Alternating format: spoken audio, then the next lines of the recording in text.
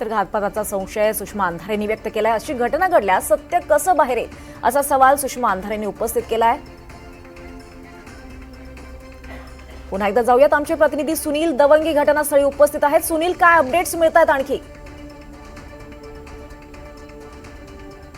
आपण जर बघितलं असेल तर या ठिकाणाहून जितेंद्र शेळके आणि त्यांची पत्नी अनुराधा यांचे जे डेड बॉडी होते ते बाहेर काढून त्या रुग्णालयातून रुग्णालयामध्ये नेण्यात आलेलं आहे।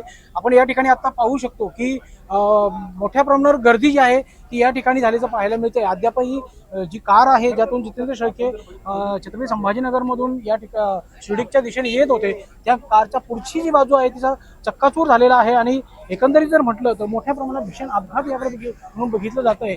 जितेंद्र शेळके हे खराब प्रकरणातील महत्वाचे म्हणजे साक्षीदार म्हणून मानले जायचे। मोठ्या तपासात त्यांनी सहकार्य देखील केलेलं सांगितलं जात आहे आणि आज जो होता तो अशा पद्धतीने अपघात झालेला आहे। कारमध्ये 3 जण होते, जितेंद्र शेळके, त्यांची पत्नी अनुराधा आणि एक मुलाला सध्या रुग्णालयामध्ये दाखल करण्यात आलेला आहे पुढील उपचारासाठी।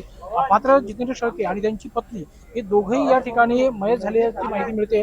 आपण या ठिकाणी पाहू शकतो की जी कार आहे ती या कंटेनरच्या पाठीमागून आतमध्ये शिरली होती। नेमकं हा अपघात कशामुळे झाला, कारण की बऱ्याच दिवसापासून जेव्हापासून घराचं हे सगळं प्रकरण बाहेर आलं होतं तेव्हापासून जितेंद्र शेळके जे होते ते काही अस्वस्थ वाटत होते आणि त्यानंतर आज अशा पद्धतीने अचानकाची अपघाताची बातमी येणं त्यामुळे कुठे ना कुठे संशय देखील व्यक्त केला जातोय।